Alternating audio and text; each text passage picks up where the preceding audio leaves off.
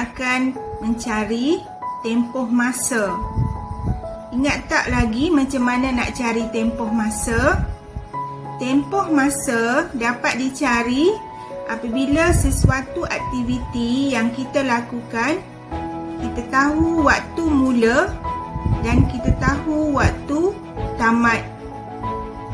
Jadi apabila kita tahu dua waktu itu, kita dapat mencari tempoh masa bagi sesuatu aktiviti.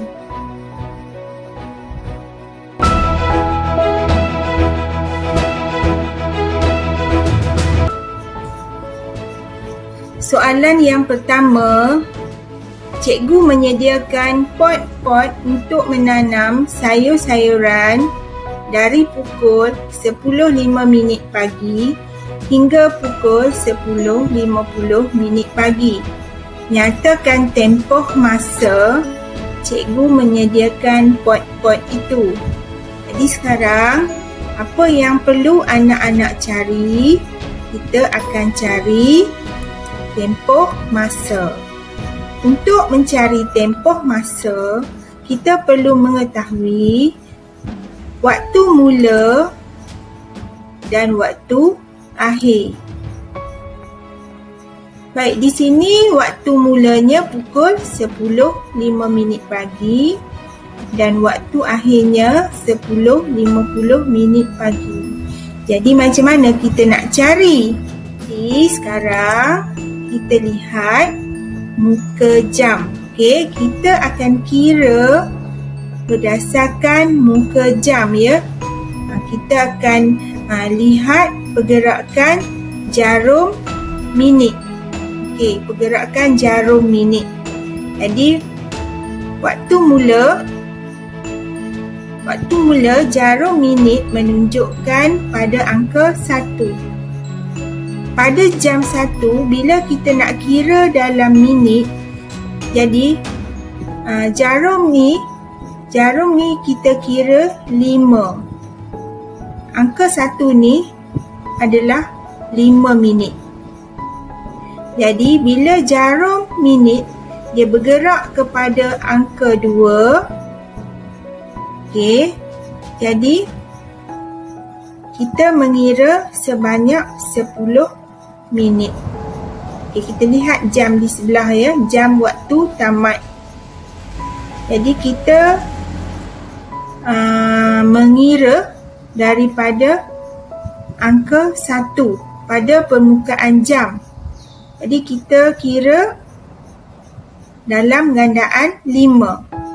Okey, 5, 10, 15, 20, 25, 30, 35, 40, 45. Jadi pada kiraan 45, jam menunjukkan pukul 10.50 pagi, iaitu waktu tamat. Jadi bila kita dah kira dalam gandaan 5, kita akan dapat jawapan tempoh masa cikgu menyediakan pot-pot itu ialah 45 minit. Jadi inilah jawapan dia, 45 minit.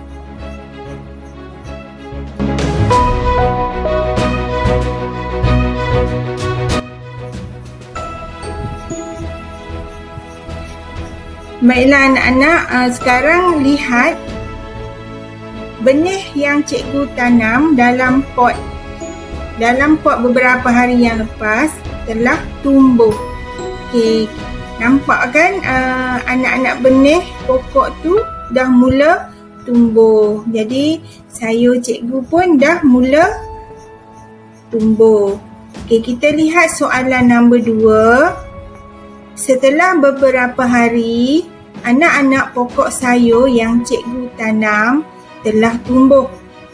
Cikgu menyusun pot-pot itu supaya nampak kemas bermula pada jam 14 hingga jam 16. Berapa lamakah cikgu menyusun pot-pot itu. Okey, soalan ini menyuruh kita mencari apa? Okey, kita lihat apakah perkataan yang boleh kita nampak ataupun kita faham, apakah yang perlu kita cari. Jadi, berapa lamakah? Jadi, berapa lama ini adalah menunjukkan kita kena cari tempoh masa. Okey, nak cari tempoh masa, kita perlu ada waktu mula dan waktu akhir. Okey. Untuk mendapatkan jawapan soalan ini, kita kena guna garis nombor. Cikgu memilih garis nombor untuk menjawab soalan ini. Okey, di sini garis nombor kita mulakan dengan jam 14. Okey, garis nombor yang pertama. Selepas jam 14, jam seterusnya ialah jam 15 dan jam akhir ialah jam 16. Okey, kita bilang jam 14, jam 15, jam 16. Di sini ada garisan nombor. Melalui garisan nombor, kita boleh lihat selang antara jam 15 dengan jam 14 ialah 1 jam. Dan jam 15 nak pergi kepada jam 16, kita perlukan juga 1 jam. Jadi, tempoh masa yang cikgu perlukan untuk menyusun pot-pot itu ialah 2 jam.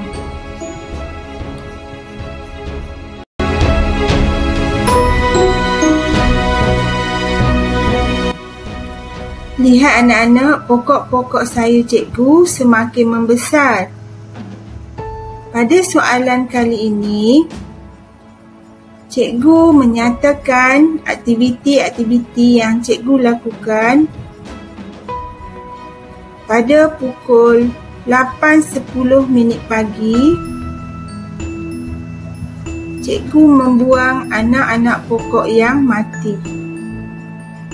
Pada pukul 9.10 pagi pula, cikgu meletakkan baja pada pokok-pokok. Dan akhir sekali, pada pukul 11.40 pagi, cikgu memastikan takungan air dan baja diisi secukupnya. Okey, kita lihat apakah soalan yang diberi pada anak-anak. Okey, kirakan tempoh masa cikgu mula melakukan aktiviti-aktiviti di atas hingga akhirnya. Okey, kita lihat kita nak cari tempoh masa. Kita ada waktu mula 8.10 pagi dan waktu akhirnya 11.40 pagi. Baiklah, cikgu menggunakan garis nombor untuk kita mengira tempoh masa. Jadi, daripada pukul 8.10 pagi sehingga 9.10 pagi, tempoh masa adalah 1 jam. Okey, seterusnya 9.10 pagi sehingga 10.10 pagi, tempoh masanya adalah 1 jam. Okey, begitu juga sehingga 11.10 pagi, tempoh masa adalah 1 jam juga. Jadi, ada baki lagi 30 minit.